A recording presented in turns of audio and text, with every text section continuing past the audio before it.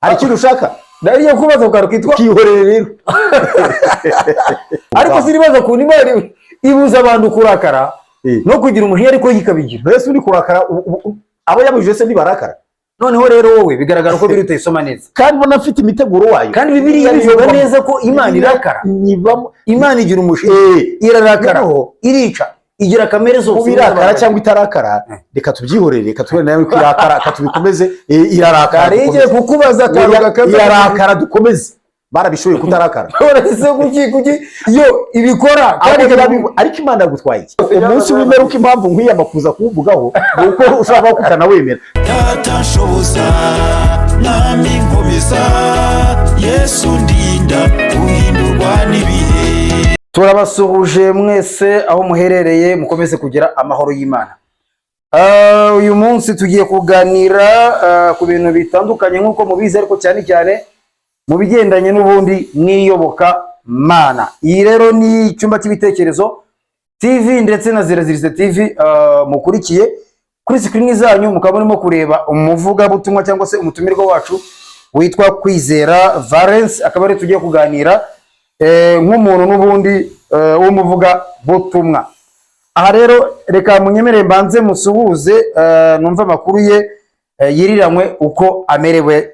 hanyuma mbongo kuzana no dutangira ikiganiro cyacu. Ndagusuhuje rero. Urakoze cyane ndabasuhuje akurikiye zicano zo nguko muvana mwazivuze ndabatahije harace n'iminsi tutaganira bite n'impamvu zitandukanye z'ubuzima bwo mwisi nimukomere cyane nanjye ndamahoro ndashima Imana ubwo umwami Yesu ankunda ndamahoro. Okay, ubwo umwami Yesu agukunda uri amahoro cyane rwose. Hanyuma rero ngiye mwumva uri inyuma ya kamera nitwa Emmanuel Nshimiyimana, akaba ari ngiyewe ugiye kuba uyoboye kino kiganiro ndimo nganira n'umutumirwa wacu. Hano rero nyemerera Ziraziritse tugiye kuganira ku magambo ari mu gutegekwa ka kabiri ibice byaho bitanu ku murongo wa 9. Hanyuma reka maze musome nze nkubaza ikibazo hanyuma nze kureba ko usome rwose waba wariteguye bihagije uburyo bwo gusobanurira abantu badukurikiye. Umurongo wa 9 rero hakavuga ngo ntukabyikubita imbere ntukabikorere kuko Uwiteka Imana yawe ndi Imana ifuha mpora abana gukiranirwa kwa base nkageza kubuzukuruza n'ubuvivi bw'abanyanga. Aha ndumva ari abanyanga atari abanyaga cyangwa bagira batena kubw'abanyanga kwangana. Ntago ari abanyaga wenda byo kunyaga umuntu. Yego. Aha rero ujye ukunda kunshinja kuko mbaza ikibazo kirekire ngo tukaza kukigeraho ngo wabyibagiwe igisubizo gatuma nyibagira. Reka uyu munsi reka noneho nyigire kigufi. Hano muri aya magambo yose dusomye ndashaka tujye kuganira ahangaha havuga ngo mpora abana gukiranirwa kwa base nkageza kubuzukuruza n'ubuvivi bw'abanyanga nako gashyiriho bw'abanyanga Imana. Ariko ngewe aho ngendereye cyane nyine ndashaka kukubaza Imana y'amadini cyangwa se Imana ya Bibiliya, Imana ihora gukiranirwa abana kwaba ihora abana gukiranirwa kwa base ikabihora abana babo. Yego, hari n'abantu doretse kuganira bakavuga batari ko iyi Imana y'amadini hari umuntu ambwiye ngo mu kintu kimwe gituma yanga Imana y'amadini ngo ni iki kirimo n'umuntu mwaganiriye arambwira ati ni gute ngewe nakora icyaha hanyuma umwana wanjye akazakizira Imana ikazagira gutya ikaza ikakimuziza. Ndavuga naramuvuga butumwa tujya tuganira uwo ngo tuzabiganira hanyuma azabishyiraho umucyo cyangwa se nawe azabituganiriza kuri ijambo ry'Imana nyine bivuga. Uwo muntu se ni muntu kibundi? Uyu ni umuntu yemera Imana ariko akemera Imana yaremye isi n'ijuru, ariko akavuga ati ariko hari ibintu najya muzaho n'Imana y'amadini ati mw'iki kintu cy'ubwacyo kindya mu Imana y'amadini avuga ko imeziti Imana y'amadini ni iki? Ihora abana gukiranirwa kwa base imeziti yo Mana. Noneho nyemerera ngo utume kuri uwo muntu turaganira dukoresha Bibiliya ndabizi ariko tutatwinjira muri Bibiliya. Uzabwire uwo muntu uzamubwire ngo iyo wita Imana y'amadini icyambere nta Mana y'amadini ibaho. Yego, ntayibaho ahubwo yashatse wenda Imana ivugwa n'amadini wenda ariko niyo mpamvu yabyise y'amadini n'undi misiyo y'amadini n'amatorero nubwo ntayo nashinze cyangwa atashinzwe impari ariko yarabereyeho kubwira abantu Imana kumenyesha abantu Imana. Uwo muntu ugenda gusa nibyo Paul avuze mu garuka wa Korinto ngo icyo mwanditse ngo Imana itamenywa sabwira umuntu ngo iyo wita Imana y'amadini iyo yamisi n'ijuru asabanza cyangwa cyemere, ariko iyo yita Imana y'amadini Imana ivugwa n'amadini niyo nyine yemera niyo yaremye isi n'ijuru. Yego, icyo kirarangiye. Hanyuma icyo tuganira nyirizina rero guhora abana gukiranirwa kwa base. Yego, uzanamubwire uwo muntu azasoma igitabo cya Ezekiyeli ibice 18:20. Yego, Ezekiyeli 18. Ezekiyeli ibice 18 ntabwo ndi kuko ndakubwira umurongo wa 20 no kugira nyine ngo abyumve neza kuko azakurikira kino kandi si uwo muntu turi kubwira n'abadukurikiye bose n'abandi bakunda Bibiliya bakunda iyobokamana cyangwa bakeneye kugira ibyo bamenya bibaza n'iki kibazo aho haravuga noneho ngo gukiranirwa k'umunyabyaha kuzaba kuri we ko niko havuga nacyo zabisoma bireba ariko no gukiranirwa k'umunyabyaha kuzaba kuri we yego ntabwo nyine umva ariko nikuza yego ariko ntabwo kuzaba ku mwana we yes ndi kumusubiza byose urumva ko hari ikindi gisubizo muboneye aho katujye mu kiganiro nyirizina rero yego muvandimwe n'abandi badukurikiye babanza bamenye ibi bintu bibiri ndagira ngo batandukanye ibi bintu bibiri icyambere ibihano by'Imana izahana abantu umunsi wa nyuma ku iherezo rya byose icyo nicyo cya mbere n'ibihano abantu bahura nabyo mu isi gutandukanya ibihano Imana izahana ku munsi wa icyo twita umunsi w'imperuka n'ibihano abantu bahura nabyo tukiri mu isi mu buzima busanzwe n'ibihano abantu bahura nabyo tukiri hano mu isi mu buzima busanzwe mu mibereho yacu mu isi kuko duhura n'ubuzima duhura n'ibihano hari ibyo twihana ubwacu hari ibyo duhanwa n'amategeko y'ibihugu turimo hari ibibazo duhura nabyo turimo ibi bintu rero ndagira ngo nkwibutse ahantu nabwo ntari busome ariko iyo nkuru nzi kuyizi ahantu uzi ko turi inyuma ya kamera twashatse no kuyivugaho ahantu Dawidi yasambanye asambana nka Dawidi ku giti cye ariko birangira umwana apfuye abantu benshi bakibwira na Mukawuriya abantu benshi bakibwira ko uriya mwana yapfuye kubera icyaha cya se ariko ntabwo ari byo ibi nibyo nivuze duhura nabyo mu buzima busanzwe bwo mu isi ntabwo yapfuye se kubera icyaha cya se ntabwo ari cyo aziraga buriya ahubwo yapfuye kubera imbabazi z'Imana cyane cyane ko uriya mwana nta cyaha yari afite yagiye ari umuziranenge Imana yabwiye Dawidi ngo iramubabariye Natani iramuhanuriye ngo ubwo wihannye icyaha cyawe gikuweho ariko umwana muzabyarana ntabwo azabura gupfa ariko aho ngaho Imana yishe uriya mwana kubera ko uriya mwana yavutse mu buryo bw'ubusambane mu buryo bw'ibyaha niyo mpamvu Imana yishe uriya abana bavuka muri ubu buryo bose barapfa muri iki gihe ntabwo bapfa muri impamvu yapfuye rero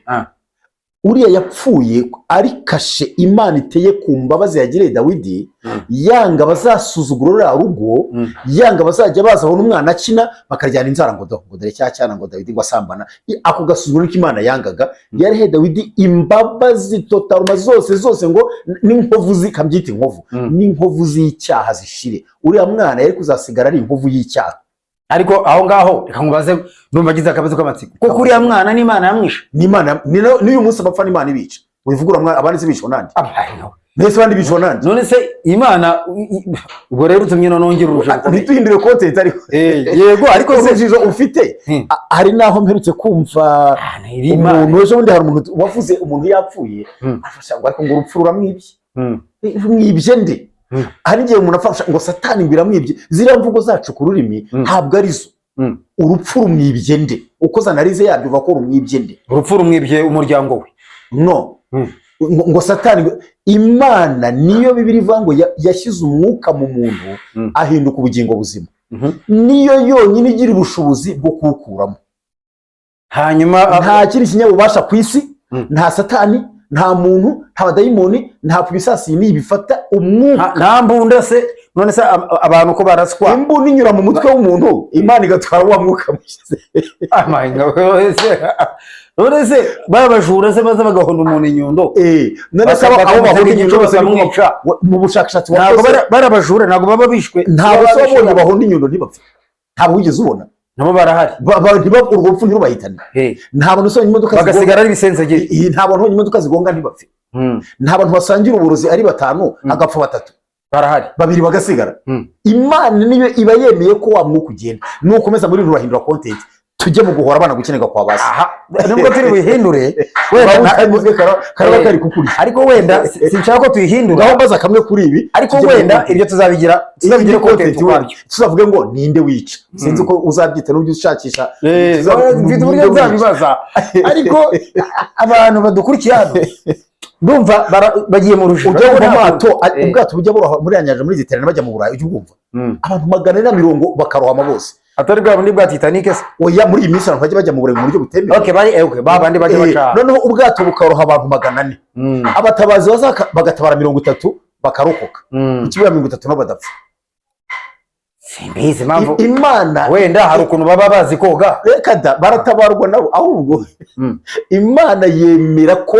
ifata umwuka w'abantu banaba. Reka mbisoreze ntagera muri byinshi. Imana yaremye isi n'ijuru, iyashyize umwuka mu muntu w'ubugingo akabaho, ni nayo ukuramo yonyine. Nta kintu cyabasha gifite ubwo bushobozi bwo kuvana umwuka mu muntu. Wa muntu uvuga ngo nge nzakwica kandi koko akazabikora akakwica, koko kwica se bigakunda. Umuntu wica undi wavuga ngo nzakwica kandi koko akakwica, hari nyine hari confusion nini, ndabyumva ndabyemera, ariko iyo akoresheje icyo akoresha yica, Imana niyo ifata umwuka wayo ikawujyana. Ituma Imana ibyemera igahuza nawe, niyo yakisubiriza. Kuko nubwo mvuga ngibi akaza akakwica akabati kandi ngiye ndakwica, akagutega igico kandi akakwica ugapfa. Icyambere asa buriya abahuje kukubwira ashobora ko ari umunsi n'ubundi Imana akubariye, kuko buri muntu uriho wese hari ibintu bitatu bakunda kuvuga abantu, ariko nitwe tubihimba, ngo hari ikizakwica, umunsi uzapfa, aho uzapfira. Ibi bintu bitatu iyo bihuje ntushobora kurara. Ngo iki bisubira batwumve, ikizakwica, umunsi uzapfa, aho uzapfira, naho uzapfira. Ikizakwica, umunsi uzapfa, naho uzapfira. Ibyo bintu byombi nk'uko ari iyo bihuje ntushobora niyo byagenda gute. Burya impamvu twavuze ngo barya uburozi batanu bagapfa babiri bagasigara, bya bintu bitatu haba habonetse nka bibiri cyangwa kimwe, ntibiba bihurire byose. Burya n'umuntu yiyahura akanywa imiti ariko bakamuha amata akabaho, ibintu bitatu haba hari ikitahageze uwo munsi. Ubwo wenda yarageze aho azapfira, ni urugero, wenda nikizamwica ariko umunsi atari uwo, cyane cyane umunsi. Ubwo bikaba bihuye, navuga ko byaba bihuye na bya bintu bitatu bapima kugira ngo bamenye ko umuntu yapfuye. Ntabwo ibyo mbizi bapima ngo sinzi byari, ariko usibye turi ariko bike ko turi Imana twebwe. Ndashaka kukubwira ko nta kinyabubasha kiri ku isi gishobora gukura umwuka mu muntu Imana itabyemeye, niyo iwufata ikawubika, kuko ni niyo yawushyizemo. Ibyo bintu reka nkwereke, tuzabiganira ibyo bintu. Ntacyo abadukurikira menye ko uzagira kuko kumbwira ko umuntu agambira kukwica akakwica bigakunda ugapfa, wowe ukaza ukavuga ngo icyo gihe ngo ubupfuye kuko Imana yabyemeye, ngo ubwo iba yemeranyijwe n'uwo muntu ibyo yakoze, ngo bigahurira na koko ugapfa. Nidutinda kuri ako kantu, ibyo kuvuga birahari. Turavuga kuri Yuda wagambaniye Yesu, cyangwa Yesu bitewe n'uko abantu bavuga. Hari ahantu Bibiliya ivuga ngo Yesu ngo yakase umutsima bari kurya, akoza mu isosi aramutamika, niko birivuga. Yaramaze kubwira undi mwigisha ngo uwo ngiye gutamika umenye ko ari we. Ariko Yuda mbere yuko atamirira nogo, ntago no kugambanira Yesu yari afite. Ahubwo biravuga ngo akimara kuyitira ngo Satani yinjiye mu mutima we. Ubwo rero ni Yesu watumye Satani, Yesu natumye Satani yinjira mu mutima we rero. Ariko biriya bintu none se ko ninde hagombaga ko ugambanira Yesu byanze, biriya bintu byateguwe Yuda adahari. Biriya bintu bite niba ari nkenere kuba mpari, niba ari wowe bari kuba uhari, ariko hagomba kuba akagambane k'umuntu umugambanira akamutanga, kandi byateguwe byari byarategura aho tutazi. Nk'uko bivanga inama yo gutegura umuntu, ijuru ryarayiteguye yo gucungura umuntu, cyari teguye riramucungura nyine ribigeraho. Yuda yagombaga kuboneka akagambanira Yesu. Akimara gutamira iriya nogo Yesu yamuhaye, ngo nibwo Satani yaje mutima atari ko wariye amafaranga kwagurisha uyu muntu. Yuda arabyemera, ariko byagombaga gukorwa kugira ngo Yesu agomba kuboneka umugambanira, abagomba kumwica, aho bagomba kumwicira, umunsi wo kumwica. Ntabwo byari gunuka biriya bintu. Ndumva aho ngaho, ndumva tuzabigira content ukwayo.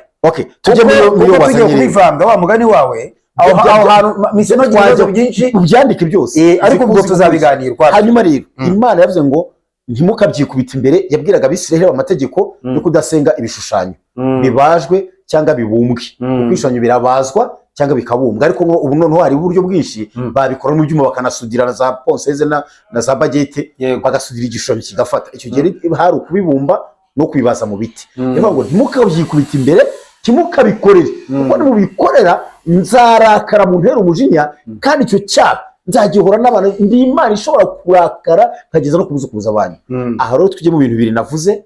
guhanwa ko umunsi w'imperuka niba wowe utanawemera nzi ko uri umumekota kuri Bibiliya nubwo uyivugaho nakuye ko ufitanye litije n'Imana ufitanye litije n'itorero na litije na y'amadini oya nta yitari y'amadini ibaho yose wazengwe n'amadini niyo wemera zengwe n'amadini urumva iki Bibiliya cyose umunsi w'imperuka impamvu nkwiyamakuza kuvugaho nuko ushaka kutanawemera niba utawemera ubireke ariko gusa wumere ko umunsi w'imperuka se umva hari uburyo mwemera ariko byo kuvuga ngo ni umunsi uzaba mu gihe runaka utemera niwo mvuga rero ngenda wemera rero wo guhanwa kwa nyuma n'ibihano byo mu isi bino Imana yavugaga ni ibihano byo mu isi bisanzwe kandi nayo siyo ibihana hanini kuko ari byo natwe twirunduriramo none guha urugero kuri umwana wa Dawidi wapfuye ariko Imana yagira ngo ibabarire Dawidi abadukurikiye bazasoma igitabo cya Yosuwa ibice 7 ku murongo wa 5 bazabona ahantu umuntu umwe yibye akora ibintu Imana yababujije yego amaze kwikora hapfa abantu ngo abagabo b'intwari 36 aba bantu bapfuye ntibari bazi icyo bari kuzira bararashwe mu rugamba ariko hari umujinya Imana yagize wuko umuntu umwe mu Bisiraheli yibye yakoze ku byashingano kandi nyiri kubikora uwo mwanya ntiyapfuye yaje gupfa nyuma ariko nawe yicanwa n'umugore n'abana manza na bene wabo hari hanyuma bakaba ari we wibye ibi rero niho nakubwiye ni ntabwo ari igihano cyo ku munsi w'imperuka ku munsi w'imperuka hazakora ijambo ryo muri Ezekiel 18:20 ngo umunyabyaha azazira icyaha umwana ntazazira icyaha cyase ibi Imana yavugaga ni umujinya igigira mu isi bitewe n'ibintu kandi si n'Imana ndabishyiraho yonyine n'amategeko y'ibihugu ibi bintu ibihugu byose uvuga ngo igihugu kimwe usanga nayo ajya ahuza nabyo uziko nizeye kukubaza nyuma ya kamera nti ubu hari ikintu wakora leta ikagufunga ikawukatira burundu ukimara kujyamo abana bagatangira gusarura kuri cya cyaha wakoze ibyo senseruma ntaho wabihungira n'imiryango yawe naso na nyoko niba bahari ubwo se nibwo buryo uba noneho nibwo buryo Imana ibirimo guhora ni Imana yavugaga yagaragaza ko hari ibyo dukora n'abana n'imiryango n'abaturanyi bakagira ingaruka ku cyaha wakoze ariko utari wajya kure wabonaga ko ari nari nimo gutekereza nabonye ko hari akantu uvuze mvuga bikagucara ingingo ukajya handi hantu kure cyane kubera uruva ntekereje ibintu uri kuvuga natekereza bigahita bituma ntekereza ibindi bintu nk'ubu uvuze ku bintu ngo y'Imana igize umujinya sibyo bukanya bivuze navuze ushobora kwitera umujinya ikarakara ariko imvugo ndi gukoresha ariko Imana n'ubusanzwe igira umujinya oya Imana ntabwo igira umujinya ntabwo igira akara none ucyagira nayo nindi content none se vuga ngo ntabwo ugira apfa ni ibintu dukora bitugiraho ingaruka irarakara igira n'umujinya reka ngendere gutyo kugira ngo nkorohereze kandi nkubwire nujya mu bintu by'Iyobokamana nujya niba kujya utekereza ibintu narije kukubaza ku by'umushinya wabonase kuvuga reka tuvuge rero none urabimbuje uhora bana gukirirwa kwa base oya uwo mushinya waruvuze je gutunota ahantu Imana ahantu waruvuze ngo Imana ngo byatumye igira umushinya igira ite none urabimbuje mbireke ko warubivuze ubundi ugize analyse y'ibintu y'imiterere y'Imana ntabwo Imana naka unashatse kwifashisha ntabwo Imana igira akara cyangwa igira umujinya kuko twashira twese oya Imana yarakara guhorana imbabazi noneho rero wowe bigaragara ko biri utayisoma neza kandi ubona afite imiteguro wayo kandi Bibiliya bivuga neza ko Imana irakara Imana igira umujinya irarakara irica igira kamere zose ubirakara cyangwa itarakara reka tubyihorere reka tubone nawe kwirakara reka tubikomeze irarakara arigiye kukubaza akaruga irarakara dukomeze hari ikintu ushaka nariye kubaza ukaruka kitwa kwihorere rero twikomereze Imana yabujije abantu gusahura bagiye mu rugamba ariko siribaza ku Imana ibuza abantu kurakara no kugira umujinya ariko yikabigira mbese uri kurakara abo yabujije se ntibarakara abo yabujije ubundi ntibarakara barabishoboye kutarakara uretse kuki yo ibikora ariko Imana yagutwaye iki kora ibyawe kora ibyiza yakubwiye ariko kanikomereza ahangaha urabona ko icyaha cy'umuntu umwe yego ntabwo ari gishobora ahubwo kizana ingorane mu muryango wose no mu baturanyi mpamvu twari dukwiye gukora ibyiza tukabana neza tukareka ingorane n'akaga n'ibyo birakaza Imana bituma inarakara kuko kizana ingorane mu muryango wose noneho rero ngereka nkubwira aka kantu gato nyihangana vuga akantu gatoya cyane nta kibazo n'abandi barabizi nawe urabizi kera nagiye n'abamusirikare yego mu gisirikare cya mbere ya jenoside ariko ntago ibyo nabyumvishe ubivuga ahandi ariko ntacyo nakavuga akantu ushaka kuvuga gusa mu gisirikare cya fari kera mu kwiga muri teori mukijya abaturage babakuramo igisivili mu basirikare hari interuro batwigishaga tukajya duhora turepeta buri mwanya ikakwinjira muri wowe kandi kuko nyuma mu rugamba naje kubona ko iyo nteruro ari y'ukuri yabaga iri mu gifaransa yaravuga ngo la faute d'un seul d'entre nous la faute d'un seul ry'umwe ry'umuntu umwe byinjiye muri twe entraîne la mort de tout le monde entraîne ryinjiza urupfu le monde de tout le monde rw'abantu bose hari bavuga ngo ture poroto ture kompanyi ture batugakomeza gutyo bavuga ngo rishobora kwizana urupfu wakwikije poroto yose mu Kinyarwanda ongera usubire neza umuntu umwe muri twe ikosa ry'umuntu umwe yego ryicisha bose iyo yaraka principe ko mu gisirikare kuko mu gisirikare bashaka gukora ereri uri umwe ibatayikarangira yose kandi uko zikosa uri umwe ushobora kuyoba wowe uri umwe ukaza kuyobya bose ushobora kurekura isasu bitari ngombwa kwaragaragaza aho muri mukarangira mwese yego iryo jambo la faute d'un seul d'entre nous entraîne la mort de tout le monde ikosa hari uvuga ngo une faute commise par byagiraga imvugo ebyiri muvandimwe icyo mvuga n'Imana nibi rero nibiki Imana yabwiraga abantu ntimukabyikubita imbere muzambabaza umubabaro nzagira ushobora kugira kubuzukuza abanyu yabivugaga ifite imbabazi nyinshi zirenze igipimo ingero naguhaga ni izi kosa ry'umuntu umwe ryagera ryicisha benshi akani yibyo ari umwe habanza gupfa intwari 36 nyuma haza gupfa umugore we n'abana akani yibyo ari umwe mu gitabo cya mbere cya Samuel ibice 18 ibice 4 mu rwa 18 uzasangamo ibyaha by'abana bitwaga Eli ngo bajyana ikintu ngo kimeze nk'ifurushiti ngo cyamenye niba arabiri ngo kingobe niba ari ebyiri niba ari eshatu bagatikura mu bitambo bitetswe biri kubira bakarya inyama mu bintu by'ibinyama uzi ko icyo kinyanga cyaje kuzatera urupfu rwa Eli hari amakuru bamuze no ku rugamba bagiye kurwana iki cyaha cy'abana cyatumye n'isanduku y'Uwiteka inyagwa akumanwe uri kunyumva icyaha cy'abana biba inyama ngo bajye basambana naho ngo muhema yibona ngo kasambanira cyatumye isanduku y'Imana inyagwa bafite barayijya la faute d'un seul d'entre nous ikosa ry'umuntu umwe muri twe abantu batumva bitonde utazazana ikosa mu rugo rwawe mu musozi wa muryango wawe ariho wabiteye ntabwo navuze itero mwibyikubita imbere mwibiramya muzambabaza n'imbabara bizagira ingaruka ku muryango yanyu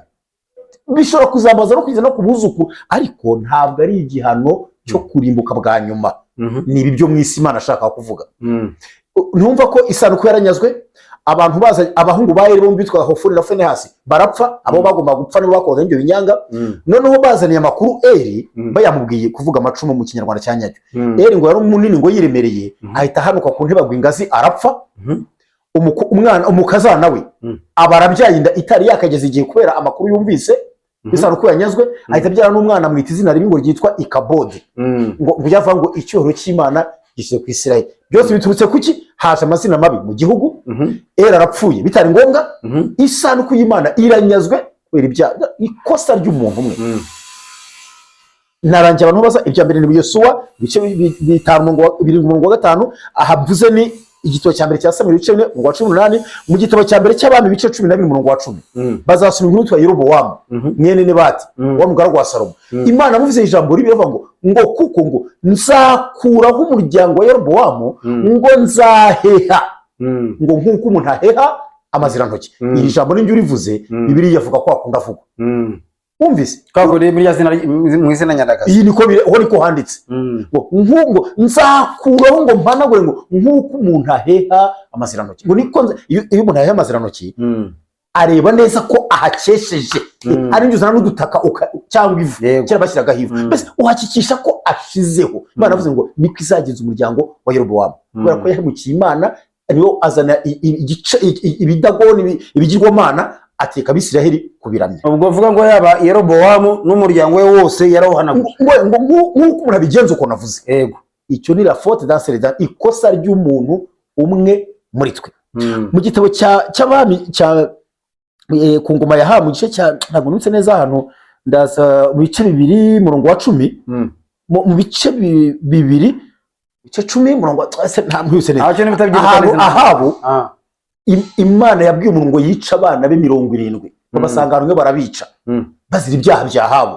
kuko Ahabu nari mu bantu batumye Isiraheli ihura n'akagakomeye ndashaka kuvuga n'iki muvandimwe rero twese nge nawe twenda kugera ku musozo yes twese abatwumva ngewe nawe abatwumva abadukurikiye twirinde kubabaza Imana twirinde kubabaza imiryango yacu kuko navuze ubu ushobora gukora ikintu nabivuze bakatira burundu abana ntibabe bakize kujya kwabo biragoranye kwambara kwabo biragoranye hari n'abana bagera bakajya mu muhanda babuza ubuzima umugore akaba yashaka undi mugabo cyane hari naho mberutse kumva ikinyamakuru kimwe kibitangaza mu Rwanda hano ahantu umugore yataye abana n'umugabo arabatumwa aragenda abana basigara mu nzu ari bane bonyine bagaragaje ubuzima babayeho bari kuzira iki icyaha cya se cyangwa cya nyina none se ibyo ngibyo tukavuga ko bwari Imana iba iri kubikora se oya ahanga icyo nasubizaga nuko kuvuga ngo mpora abana gukina kwa basi navuga ko ntago ari ukubarimbura byo kuribuka ku munsi w'imperuka ni ibihano duhura nabyo mu isi ni ingorane duhura nazo nizo impamvu nazo zirangiro none bikazana akaga no kubijya n'Imana bwira iti bizagira ingaruka ibi bintu muri gukora nibikomeza bizagira ingaruka ku buvivi bwanyu iki kintu none urumva abana bahabu Ahabu yabitangiye ibyo gusenga ibigirwamana ari mutoya 70 atarababyara ariko n'abandi abyaye bahura n'ingorane z'icyacyase ntabwo rero Imana avuga ko izabarimbura ku munsi w'imperuka mu guhana abantu yababwiraga ko birajya bigenda bigira ingaruka ku buzima kubuzukuruza niho uzi ijambo bita karande uzategura content ya karande ijambo karande bura n'abantu benshi barivuga ntibazi byari ryo bura karande nyinshi ni nkuko nyine zituruka kuri kanaka wa kera ibintu yakoze karabyinjira mu bamukomotseho uzana umunsi abantu biri kugira bigeraho ariko kubera Imana rero yagiraga inama iti nimureke kubyikubita imbere mwimbabaza murundagira ntabwo mwawukira bizatera ingorane ryo kubuzukuruza abantu ariko hirya muri Ezekiyeli 10:20 havuga ngo icyaha cy'umunyabyaha kizaba kuri we umwana ntazazira icyaha cya se ubwo ho n'iryari ni mu guhana wagusimira urumva ko aho ngaho noneho wazavuguruza rya jambo ihasa ntabwo ari vuguruza kuko Imana avugaga bw'ubuzima bwo mu isi navuze aha ngaha haravuga ubwo mu ijuru navuze ubwo umunsi w'imperuka uwo ninde wabivugaga umuhanuzi Ezekiyeli ariko Imana imukoresha nk'uko Imana amukoreramo ubwo rero uko nakoraga muri Ezekiyeli contradiction aho ngaho urumva birivuguruzanya impamvu ngo kwita vuguruzanya hani ibyo Imana yavugaga nagutegura utuntu tubiri ubuzima bwo mu isi tubamo n'igihano cyo kumunsi imperuka bivuze ngo noneho kugira ngo Imana yavugaga dusoza kugira ngo tugere ku musozo turimo turasoza aho twakwanzura gute twakwanzura ko ibyo Imana yavugaga hariya mpamvu yababwira ngo ntimukaramye bira bishushanyo kuko kuramya igishushanyo ntago ari icyaha cyo ku bantu ni icyaha cyo hagati umuntu n'Imana Imana avuga ko bizabateza ingorane n'umwaku n'ingorane kandi imiryango yabo ibakomeza kuyibabaza hanyuma ubuhanuzi Ezekiyeli yavuze ni ikigaragaza igihe cyo guhana ko ku munsi imperuka niwo musozo kandi biki kongera dusaba tuvuga ngo abadukurikiye cyane abo batumara impaka batubwire bati cyangwa nuko babyumva nabo si ngombwa ngo narindi mukuri wari uri mukuru batubwira nuko babyumva umusozo nuvuga ngo ibyo Imana yavugaga ni ku buzima bw'imibereho isanzwe yo mu isi ko ibyo dukora bigira ingorane kugera ku bana bacu ntago ari ku gihe cyo guhanwa cyo kujya mu ku munsi imperuka ntago ari cyo yavugaga reka rero ngushimire nanjye ndagushimiye kandi dushimire n'abantu baba badukurikiye bafata umwanya wabo bakadukurikira ndetse bakumva ibyo tuba turimo kuganira bagatanga n'ibitekerezo kugira ngo dushobore kumenya ibindi bintu wenda natwe twazanye tukaganiraho cyangwa bakanatwereka uko babyumva kuko si ngombwa ko uko umuntu abyumva ariko n'undi abyumva kandi buri muntu wese aba afite uburenganzira bwo gutanga ibitekerezo aba rero tubashimire ariko nawe ngushimira cyane kubwo ubusobanuro wenda uduhaye wifashishije Bibiliya ijambo ry'Imana cyangwa se Bibiliya y'amadini nk'uko njye nkunda kubyivugira ntacyo yita uko ushaka urakoze nawe ndagushimiye Imana iguhe umugisha ukomeze kugira umunsi mwiza urakoze cyane